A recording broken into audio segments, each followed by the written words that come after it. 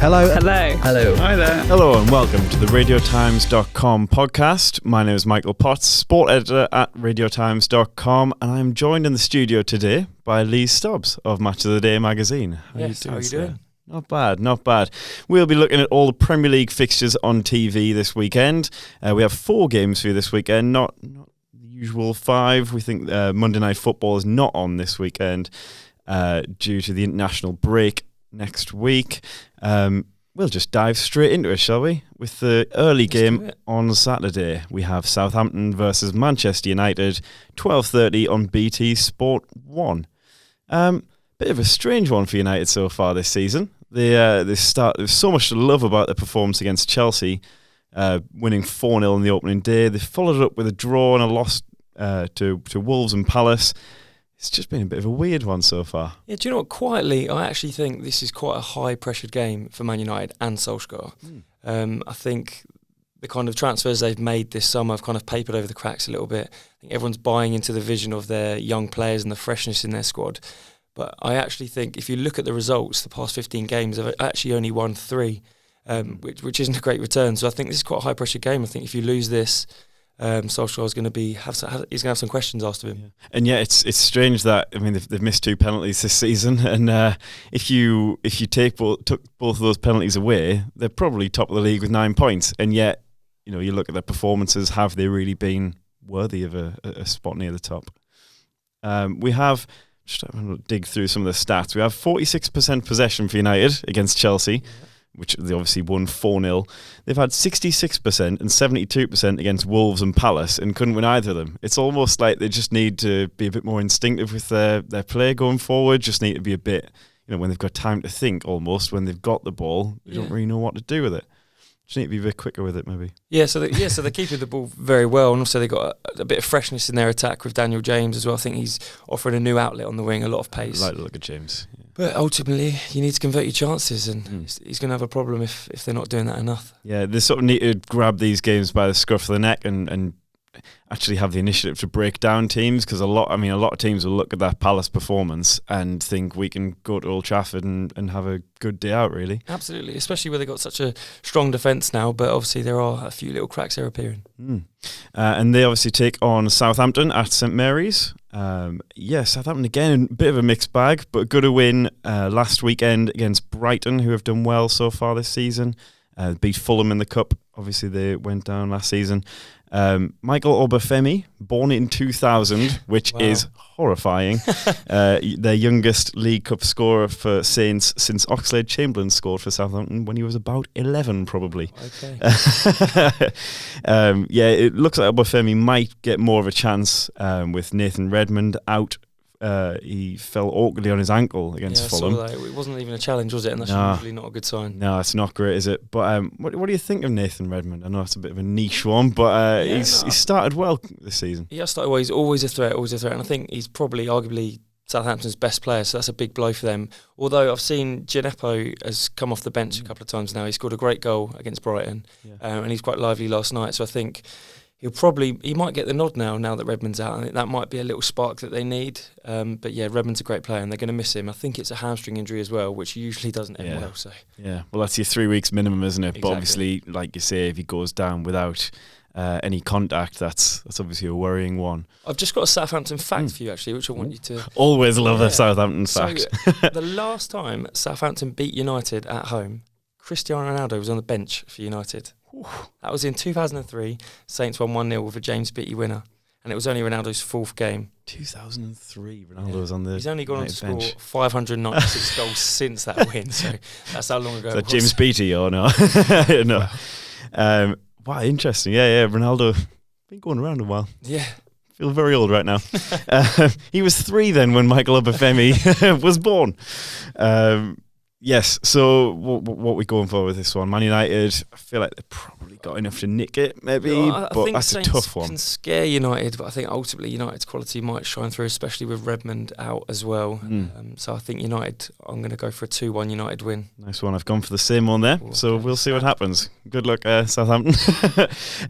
Next up, we have Burnley versus Liverpool, 5:30 on Sky Sports Premier League and Main Event. all hail Ashley Barnes. Ashley Barnes is as good as Raheem Sterling, okay? Now, hear me out. That's a big take. This is one for the stat nerds, okay? Yeah. In the Premier League games in 2019, he has taken the same amount of shots, 59, had the most shots on target, 27, and he scored the same amount of goals, 13. So, I mean, yep, here you have it. Ashley Barnes is the man. Ballon d'Or for Barnes. I'm all on that train, by the way. I'm all on that train. I genuinely, I could not see this coming from Burnley. I thought that they've sort of maybe gone one season too far. They'd be treading water a little bit this year. But, I mean, Ashley Barnes, you can't argue with that. You can't. I think Burnley are always a solid team, though, aren't they? So you know they're going to be up and around there. They just had a bit of a wobble last year, but yeah, Dyche. I mean, he just knows how to set up that team. He's got the best out of every player in there. Probably on paper, they've got one of the weakest squads, you could say. Certainly one of the least exciting on paper. Yeah. But when you've got people like Barnes sticking them away like that, and the thing as well with Barnes, he's not just this sort of. I mean, I think I've probably said it in weeks past, but he's not just a big lump up top. Some of the finishes he's taken have been excellent. Finished at the weekend. It was phenomenal. Yeah. So hopefully he can keep that rolling. They blew away Southampton on the first day. Good performance against Arsenal, even though they did lose that one in the end, and drew with Wolves after a 97th minute penalty. So they can't really have expected much better in terms of performances from Burnley. They might have to do this one a bit ugly against Liverpool, though. Yeah, I think Liverpool might have a few different solutions to try and beat Burnley. So, yeah, I mean, so you're an Arsenal fan, right? I am an Arsenal fan, yeah. Talk to us about Liverpool. We'll come on to Arsenal in a bit, but talk to us about Liverpool there. Did you watch the game the other day? Were you impressed? Yeah, we know about Liverpool, don't we? Obviously, they got their front three who are just phenomenal, but it's all about their fullbacks, really, isn't it? The fullbacks almost play as high attackers these days, don't they? So Liverpool, they're going to score a lot of goals as well. Sadio Mane's been out during the summer playing at AFCON, but he still comes back, still smashes it. So came back less than a month after playing the AFCON final. Like he hasn't even played a game for incredible, incredible. I was watching them, and like we all know how Liverpool set up, we all know how they play, but the amount of crosses they got in the box the other day was ridiculous. I kind of wonder whether they might need to change that against Burnley, potentially, with Tarkowski and me just being enormous heads, just sort of knocking them all away. A bit more intricate in their play, but I mean, you do still back them against Burnley. It might take them a while to break them down, but you do back the likes of Salah to find those spaces. Saying that, I have seen rumours that apparently Klopp might shuffle his pack a little bit for this game. Yeah, just because of how many players have been playing games all summer and stuff like that, and just trying to keep it fresh. But on the flip side, they're going into international break. You want to kind of keep your 100% record, don't you? So that's one to keep your eye on, just in case he starts a reeky and stuff. That might give Burnley a little bit of hope. It's a tricky one, isn't it, international breaks with teams like Liverpool, because we think of international breaks as a break, but I mean their squad's going to be split across all 6 continents, and exactly, it's actually not a break. It's not a break at all. They're going to be going thousands of miles. You would still think they're going to go pretty strong, but maybe Origi gets himself on the pitch. I think I'm going to go for a Liverpool win there. I think it's be narrow, maybe a 2-1. I've gone for 3-1 here. I said they might get a little wobble because they've been conceding without Alisson in goal, but I think they should get the job done. Yeah, I think they need Alisson back pretty quickly. Adrian is a scary man at times. Times between those sticks. Moving on to Sunday, we go to Liverpool's rivals Everton. They take on Wolves at 2:00 on Sky Sports Premier League and main event. Just kind of feel like neither side's really got going in the Premier League this season. Yeah, Everton, they've spent a lot of money, and just like, where are the players? They're just on the bench. I think they need to freshen up the team a little bit. They're still playing the same 11 that hasn't really broken into the top 6 over the past few years. I think they need to bring in these new players. Yeah. I do appreciate there's a bedding in period, but I think now's the time to get them in the team. Yeah, you sort of want them in before, like we say, the national break. You want them in before then, just to get their feet, under the table and get up to speed. We've got Richarlison, Iwobi, Calvert-Lewin, Keane, Walcott. There's a lot of talent in there. Whether they've quite got the consistency between them to put it together, you don't really see a talismanic, like Barnes-like figure up front who's going to all hail Ashley Barnes. You don't really see that one player who's going to be up there leading the line. You know what you're going to get from him. I mean, Richarlison's probably the closest thing to that, but he's had a bit of a poorer start. He's missed a couple of big chances.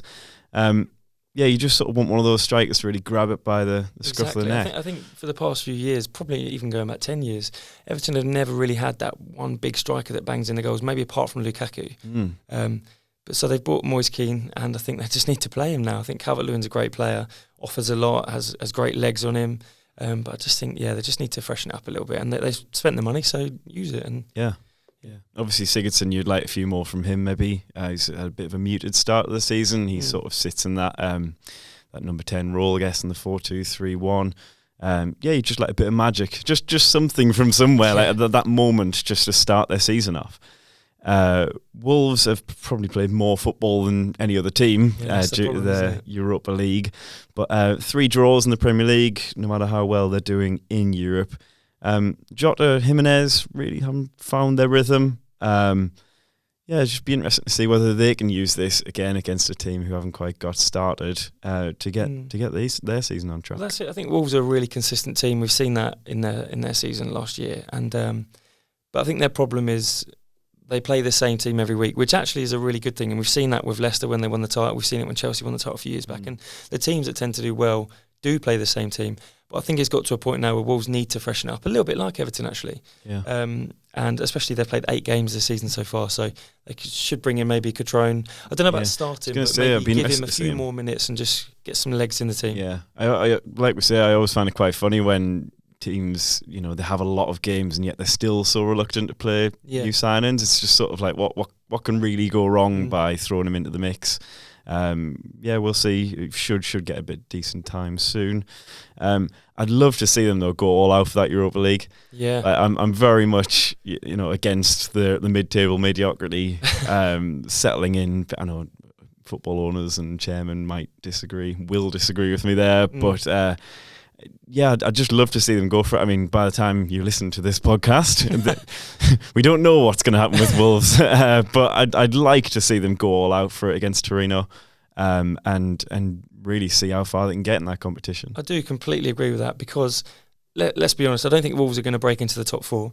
So then I always hate the emphasis on, as soon as the season starts, everyone's like, got to get in the top 6, got to get in the top 4. But if you're in the Champions League or Europa League, then go for the competition you're already in, rather than focusing on being in it next year. It's just they're in it now. Constant looking forward, isn't it? It's just like, get on with it now. Yeah, exactly. Get on with it now. And obviously, if you win it, then you are in the Champions League. Whether they've got enough for that, who knows? Kind of fancy Everton to nick this one just about against a tired Wolves side, but I don't think we're going to see too many goals in this one. I've gone for a little 1-0 to the home side at Goodison Park. Okay, I've just got draw written all over it down here. I think 1-1. I think if anything, maybe Everton might shade it, just because, as we said, Wolves have played so many games. Everton, home advantage as well, might just nick it. But yeah, absolutely. And now for the final game of the weekend on TV, the big one. We have Arsenal versus Tottenham, North London derby, 4:30 on Sky Sports Premier League and main event. Now I'm just going to sit quietly and listen now. Talk to me.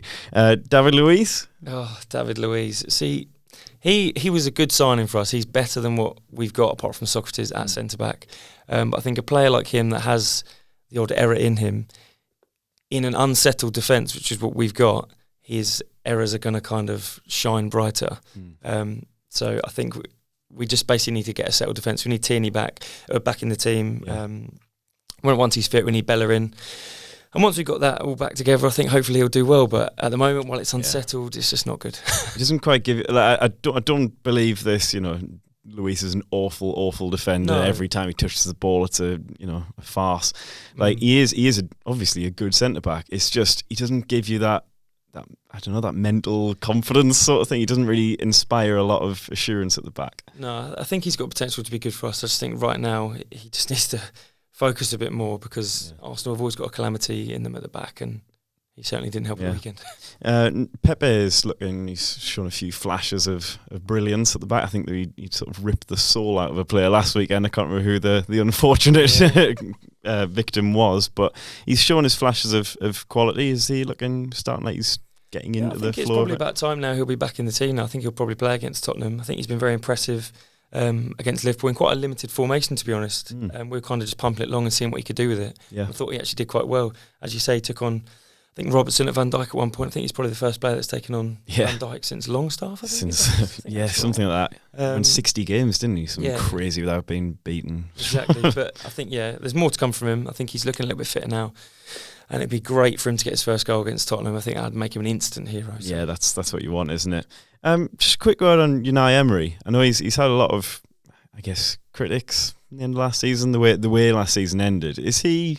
Well, what are your thoughts on him? Is he the guy who can take Arsenal back into the top 4? Or I think he definitely is the manager that can take Arsenal into the top 4. I'm not sure about winning Premier Leagues, winning Champions Leagues if we ever get back in it. But I think he's tactically quite astute. He's quite an honest manager. So he's told Mustafi now and any that he wants them to leave and things like that. These are the sorts of decisions that Wenger would often shirk. Yeah. So I think he's making good decisions. The tactics maybe didn't work against Liverpool, but I think against Liverpool you've got to try something different. You can't just play your normal team because you're going to lose anyway. Yeah. So. Well, this is it. I think wasn't Klopp saying he looked at all of Arsenal's games in a diamond, and then Arsenal rock up, no diamond in sight. I think that was what he was sort of going on about. So yeah, it's nice to see a coach being flexible like that, and fingers crossed. He's trying. Yeah, he's trying. Bless him. Moving on to Tottenham. So Tottenham, I mean, they've played so poorly in their games so far this season, and yet I guess their results probably don't look as bad as the performances suggest. I watched the Villa game. They were so poor until Christian Eriksen came on, changed the game for them. I mean, their best defender, VAR, came to the rescue against City, and they were beaten by Newcastle at home. I mean, they had a few really good chances. I think Moura should have stuck at least 2 away at the weekend. Could have been a very different story, but it's worrying times, those performances. I just think it's no secret. There's something not quite right at Spurs at the moment. You've got Poch moaning about transfers. You've got arguably their best defender, Vertonghen, suddenly sitting in the stands. You've got the Eriksen saga rumbling on. It's something not quite right. It's strangely poisonous for a team who, like, let's say, I know they lost the Champions League final, but like actually getting there was such a signal of intent, and you would feel like they'd enter this season brimming with confidence, really. Yeah. But it just does seem a little bit muted, a little bit, pensive, I guess. I don't think it helps, to be honest, Poch coming out in the press and sort of showing these negative vibes, if you will. No. But I guess that's just him voicing his frustration at the owners, maybe at the chairman, a few things that we don't know about. But North London derbies do often bring out the best in players. Harry Kane obviously scored 9 in 11 versus Arsenal, so I'm sure he'll be up for it. Yeah. I can see the fear in his eyes, ladies and gentlemen. Also, Son is back, which is nice to see him back. He's a bit of a long road back to full fitness and full sharpness, I guess. It's a bit weird. It's probably the worst time to get a suspension at the end of a season, because then you're just sort of in no man's land for a few weeks until that's over. What are we going for then? What are we going for? Everything points to an Arsenal win. So, no, I think it's going to be a 3-2 Arsenal win, but it's not going to be easy. I think there's going to be goals in this game. My notes here say Arsenal should win it, which means they almost certainly won't. Exactly. You feel like Arsenal have enough up front to get this done, but like you say, I think everybody in the white and navy half of North London will be. That's not a thing. Will be hoping to kickstart their season with that. As mentioned, no Monday Night Football due to the international break next week. Just going to quickly look at some fantasy Premier League tips now. So things were said last week. Things were said about Teemu Pukki. Things that I would very much like to withdraw. Feel free to put Pukki in your team. Don't listen to me. What do I know? Yes, for anybody who didn't listen, I was strongly against Pukki given his run of fixtures, but he is the greatest striker since and he will Ashley now Barnes. Win the Golden Boot. And he will win the Golden Boot. Norwich coming up. They've got West Ham. They've got Man City at home. Burnley, Palace, Villa, Bournemouth. So it's not a bad run of fixtures. Pukki's price is rising. I'm still not totally sold because I do think West Ham are getting better and City are City, but yeah, it's hard to really look against Pukki, isn't it? Yes. A few other players in there. We've got Daniel James at 6 million, could be one to watch. Maybe if Martial's out, if Rashford goes up front, you never quite know. Lanzini's an interesting one. He's got a couple of assists in a couple of games. West Ham looking good now with Haller getting into the swing of it. And John McGinn, 5.6 million. Yeah, good shout. Goal and assist in 3 games for Villa, who looked very good against Everton. And you'd like to think they've got a bit of something going forward. Any pearls of wisdom for us here, Mr. Stobbs? I've got a Norwich player myself, actually. Yeah? Not Pookie. So if you don't want Pookie, I've got Todd Cantwell. Okay, so only 4.7 million. He's got 19 points so far. And as you say, they've got a good run of fixtures if you take that City game out. West Ham, Burnley, Palace, Villa and Bournemouth around that. And he's a great cheaper option off the bench as your kind of 5th midfielder. Yeah, so. I put Cantwell in last week on my bench, and obviously he went and scored, and that ruined that one. So he is now straight in the first team. Yeah. I've got Emerson from Chelsea, 5.5. Yeah. He's a cheaper option than the likes of Robertson and Trent and Lucas Dean. He's only selected by 2.3% of managers as well, and they're playing Sheffield United, so... And he takes loads of shots. Yeah, I realised this actually this season. The amount of times he's like cracked them in from the edge of the 6-yard box, or he's hitting them across goal. Exactly. And my last one is Pepe. I know we've spoken about him already, but I think he's probably going to start most weeks now. We've seen glimpses of what he can do. He creates loads of chances. I think he actually created the most chances and had the most take-ons in any Premier League game this season in his first game. So I think he's going to be in the team. Arsenal got a good run coming up soon, haven't they, as well, I think, in a couple of weeks' time. Yeah, could be one to watch. I've also, a slight note, I think most people would have gone for 2 Liverpool defenders, and I feel like while Adrian's there, maybe it's not the time to stick with that. We think Alisson could be out till mid to late September, possibly even I read something saying October. They haven't kept a clean sheet yet in their 3 games plus the Super Cup, so maybe it's time to look at shifting one of those out for now. That's a good idea. But not Trent, not my boy Trent. Cannot take Trent. Loving the assists. And that pretty much wraps us up for the previews. What's coming up in Match of the Day magazine this week? In this week's Match of the Day magazine, we have the top 50 Wonder Kids list. Now, this is a list that we've spent hours putting together, so we'd really appreciate if you read it. There's obviously loads of young footballers out there at the moment. Sancho, Trent, Mason Mount, Foden. So we've basically just put them in a long list to kind of see where they're at and gauge who's the best. And any teasers for us there? Trent's very high. Trent's in the top 5. So take that one. Yeah. We've also got in the Techer section, we've got new rules. There's so many new confusing rules out there. So we put them all in one place so everyone knows exactly what's going on in football.